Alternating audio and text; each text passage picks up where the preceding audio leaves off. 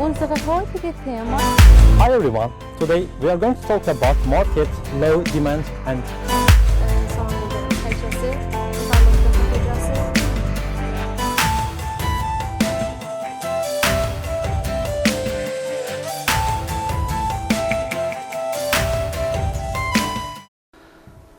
Hi, my name is Elçin, teacher, and I am going to speak about translation methods.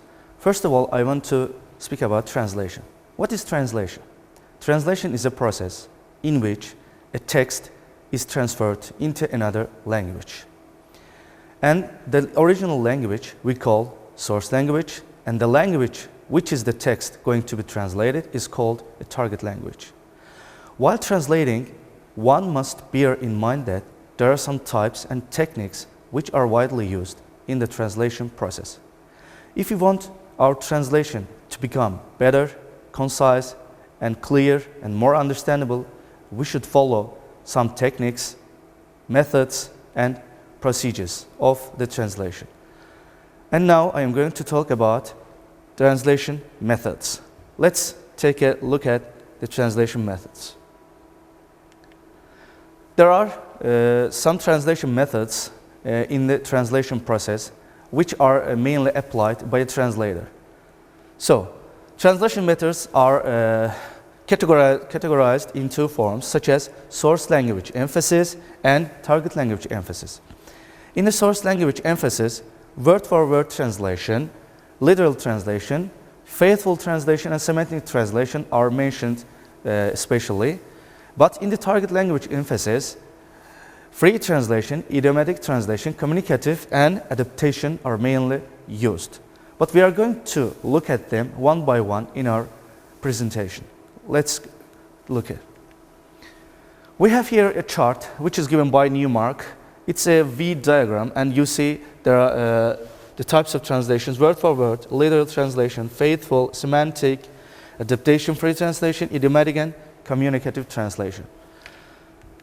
Word-for-word translation. What does it stand for? Let's look. Word-for-word translation translates each word or phrase that it understands but does not take grammar into account, and it can be out of content at times, especially in idioms and proverbs. The main use is either to understand the mechanics of the source language or to construe a difficult text as a pre-translation process. It is often associated with scientific, technical, technological, or legal texts. Let's take a look at the examples. The mom of my mom is my grandmother. Anamın anası benim nenemdir. The team is working to finish the report. Komanda hesabatı bitirmek için işləyir. Tom memorized the text. Tom metini ezberlədi. I want this contract translated word by word. Mən bu müqavilənin sözbəsöz tərcümə edilməsini istəyirəm. That child is intelligent. O, uşaq ağıllıdır və yaxud da həmin uşaq ağıllıdır. She is swimming in the pool. O, hovuzda çimir. She is reading. O, oxuyur. I have left my book on the table. Mən kitabımı stolun üstünə qoymuşam. The cat is catching birds outside. Pişik çöldə quş tutur. As you see, in the word-for-word translation, we mentioned that the grammar is not the key point. So the main thing is to translate the given sentence in order to explain it to the audience or to the person in front of you. Literal translation. What does it stand for? Literal translation or direct translation is a translation of a text done by translating each word separately without looking at how the words are used together in a phrase or sentence. It's rendering of text from one language to another language with or without conveying the sense of the original. In translation studies, literal translation denotes technical translation of scientific, technical, technological, or legal texts. Literal translations usually mistranslate idioms. So, what do we understand from here? We understand that while translating idioms into your own language, native language, we mustn't use this type of translation because idioms are set expressions which must be translated correctly into your own language from target language. Let's take a look at the examples given here. Medical and dental insurance benefits. How do we translate into Azerbaijani? Tibbi ve diş sigortasının faydaları. To verify that it's proven, I attach copies of the birth certificates of both. Sübut üçün doğum hakkında şəhadətnamələrinin hər ikisinin də nüsxələrini qoyuram. By the way, this sentence is often written in official emails. I have been living here for 5 years. Mən 5 ildir ki, burada yaşayıram. The water is a natural resource for life. Su, həyat üçün təbii resursdur. The girl is sick. Qız xəstədir. I am in doubt. Mən şübhələnirəm və ya şübhələrim var. He is blue. O kədərlidir. Burada bir məsələyə diqqət etsək, bu məsələni əgər hərfi tərcümə etsək, he is blue, normalda onun mənası o mavidir deməkdir. Lakin bu qarşı tərəfdəki dildə yanlış anlaşıla bilər. Demək ki, bu ifadənin tam olaraq necə anlama gəlirsə həmin dildə o tərzdə çevirmək düzgündür. Yəni ki, he is blue means o kədərlidir. Və ya xeyr, biz ona deyə bilmərik ki, o mavidir. Belə yazsaq əgər tərcümədə tamamilə səhv getmiş olacaq. The team is hoping to win. Komanda qazanacağına ümid edir. Faithful translation. This method tries to reproduce the precise contextual meaning of the original within the constraint of the target language grammatical structures. It transfers cultural words faithfully, following the source language grammatical form. Faithful translation simply means the translator aims to convey the author's intention of the text as faithfully as possible into another language. So it means that the given sentence must be correctly and understandably transferred into the source language that the audience must understand it clearly. For example, he is as fast as a kangaroo. O kenguru kimi sürətlidir. It's raining cats and dogs. Leysan yağır. Here we cannot translate this word by word because cats and dogs doesn't mean leysan in Azerbaijani language. So we must translate how it is comprehended in our own language. It means it's pouring, it's showering, it's raining very hard, it's heavy rain, and etc. Yani leysan yağır. He answered the telephone. O telefona cavab verdi. Stop, I have a gun. Dayan, elimde silah var. Veyahut da dayan, silahım var.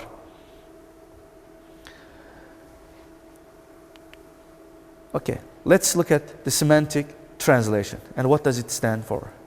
It differs from faithful translation only in as far as it must take more account of the aesthetic value of the source language text. That's the beautiful and natural sound of the source language text. In addition, the method compromises on appropriate meaning. It's flexible and it admits the creative exceptions to 100% fidelity and allows for the translator's intuitive empathy with the original examples. Semantic translation is the process of using semantic information to aid in the translation of data in one representation or data model to another representation or data model.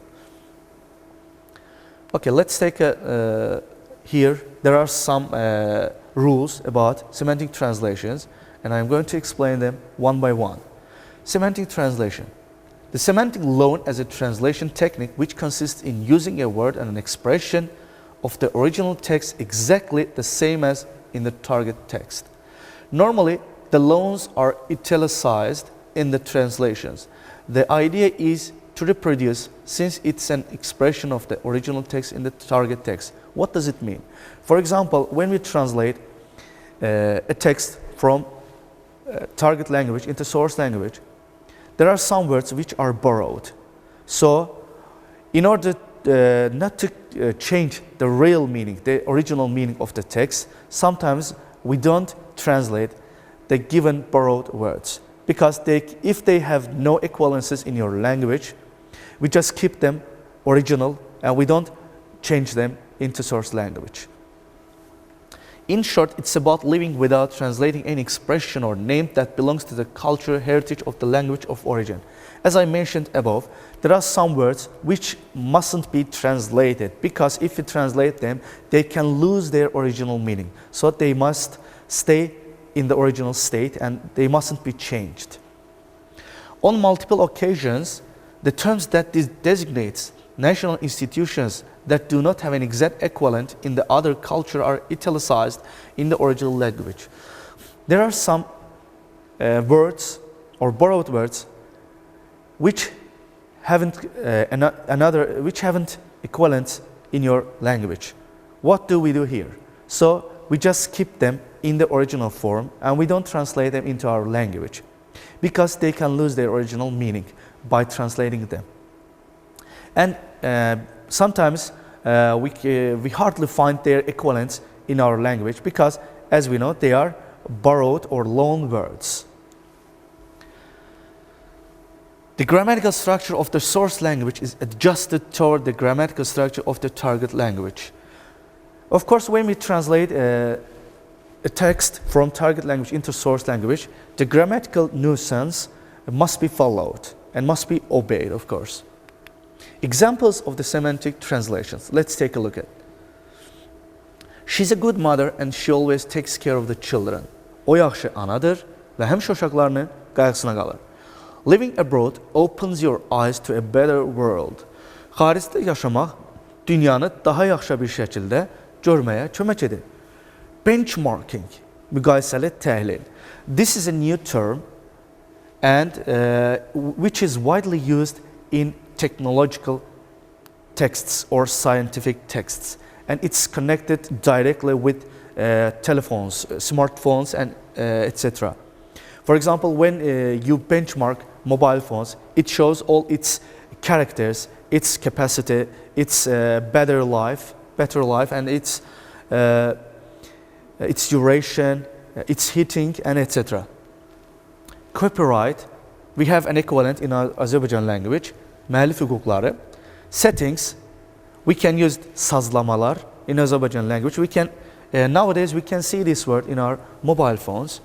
Social media, sosyal medya, we don't look for its equivalent in Azerbaijan language, because it's a widely used expression in English language, and people all around the world almost know what it means. Stop splitting hairs.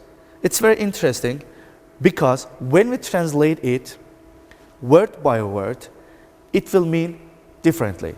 For example, split in Azerbaijan language means parçalamaq, yarmaq, bölmək. Hairs means tüc.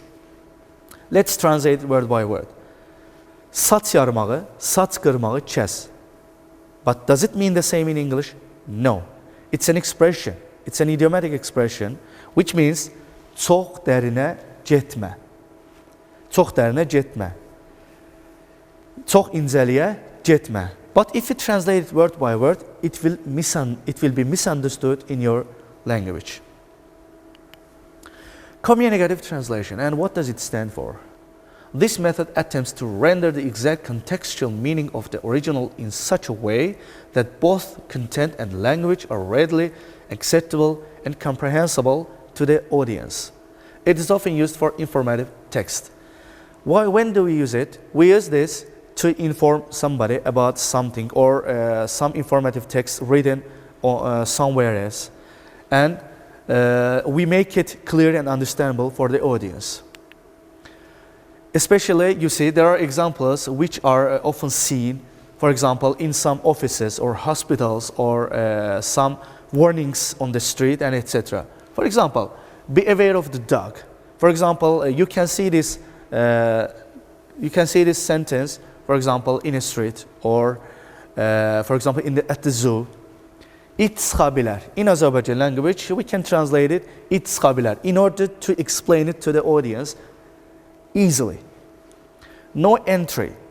Giriş qadağandır. In Azerbaijan language, it is translated like this. Giriş qadağandır. How are you? Necəsən və necəsiniz? No smoking. And it is often written in hospitals. sigaret seçmək qadağandır. But for word translation olmaz seçmək. But we translate it very well in Azerbaycan language. Sigaret seçmək qadağandır.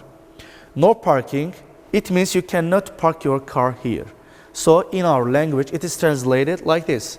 Maşın saxlamaq qadağandır. No parking word for word translation means park, yəni saxla olmaz. But in Azerbaycan language we have a good translation. Maşın saxlamaq qadağandır. Idiomatic translation. Idiomatic translation reproduces the message of the source but tends to distort the nuances of meaning by preferring colloquialisms and idioms. Idiomatic translation refers to achieving a target text that sounds natural in the target language, while idiomatic expressions are idioms or fixed expressions in a given language. So, while doing idiomatic translation, one must bear in mind that if he or she doesn't look at the expression carefully, it can be translated incorrectly into the target language and it can be misunderstood by the audience. So they must be careful about the translation because it's one of the hardest parts. Let's take a look. It's training cats and dogs. Leysan yağır. You are pulling my leg. Zarfat edirsən. If you translate it word by word in Azerbaycan language, it means sən mənim ayağımı çəkirsən. But it's incorrect because it's an idiom and it must be translated into target language carefully and correctly. You are pulling my leg, zarafat edirsən. Ayağımı çəkirsən yox, zarafat edirsən. Let's cut the chase. Mətləbə keçək. Əgər burada hərfi tərcümə etsək, gəl kəsək izi. Bu da olmaz. Demək ki, bu idiom və fraz olduğuna görə mətləbə keçək kimi tərcümə etsək daha düzgündür. Yəni, let's cut the chase means cut it short. Free translation method.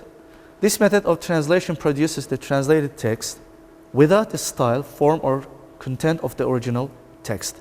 These phrases keep the original sense even though they are all different. It can be said that it is what happens when we paraphrase. Usually it is a paraphrase much longer than the original. What does it mean actually? It means that when we do free translation, we don't pay attention to the originality of the text, but what matters most is you have to deliver the meaning of the given text to the audience correctly. Sometimes we paraphrase the text and in order to make it easy and understandable, then we translate it into our native language. In free translation, the translator analyzes the meaning of the whole sentence and tries to reflect in his language the way a native speaker would. This may involve modifying the structure of the text if the translator considers it necessary to make it sound better. Let's take a look at the examples. I am 20 years old. 20 yaşındayım. I am looking for my cat. Pişiyimi axtarıram. I do not know what you mean. Nəyi nəzərdə tutduğunu bilmirəm və ya nəyi demək istədiyinizi başa düşmürəm, bilmirəm. She loves swimming. O üzməyi xoşlar. My dad is feeling blue. Atam özünü pis hiss edir və ya atam kədərlidir. I guess I had mentioned this before, so we must translate it correctly into our own language in order to be understood clearly. What goes around comes around. Nə əkərsən, onu biçərsən. First, we understand what it means in the original language. I mean, in the target language. It means what you do, no matter good or bad, will come to you in no time. It means, so if a translator understands this, then he or she renders it into his own language. We mean source language. Nə əkərsən, onu da biçərsən. Adaptations. Adaptation refers to that type of translation which is used mainly for plays and poems. The text is rewritten considering the source language culture which is converted to the target language culture where the characters, themes, plot are usually preserved. It's the translation method that moves with more freedom. Translate the adaptation of the text from one language to another even if the meaning of the words is not the same. Adaptation translation is about communicating meaning through adapting the translation for a particular market or style. What does it actually mean? It means that, for example, you have a text in front of you and you must deliver it to the audience. First, it has just a name. Look, adapt. Adapt means to change it in order to understand it. So, before translating into your own language, first you have to understand what it really means in your language. And second, you have to organize the ideas. And third, you have to render it. I mean, you have to change it, translate it, in order to make it understandable for your audience. Example, dear sir, hörmətli cənab, yours faithfully, hörmətlə. As you see, yours means in Azərbaycan language, səninki. Faithfully means sədaqətlə, sadiq şəkildə. But you see, we translate it as hörmətlə because it is often written at the end of the official letters or normal formal letters or informal letters and etc. As you see, the main thing which matters here is to adapt the given text to your market or style. And let's take a look at the examples. Sometimes adaptations are often widely used in a translation of movies. Let's take a look. For example, Jaws. Jaws in Azerbaijan language means köpək balığı. So Jaws in Azerbaijan language means çənələr. But in movies, if you have seen this movie, in the movies you see there is a wild shark which tends to kill people. So we translate it as köpək balığı because it's mostly based on the shark. The Sound of Music, təbəssüm və göz yaşı. Rosemary's Baby, şeytanın uşağı. But if you translate this movie in like this, Rosemary'nin uşağı, the audience will not understand what is going on in the movie.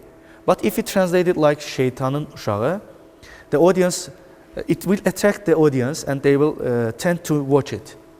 The Parent Trap, əkizlərin oyunu. But when we translate word by word, it means valideyn tələsi, but it's incorrect.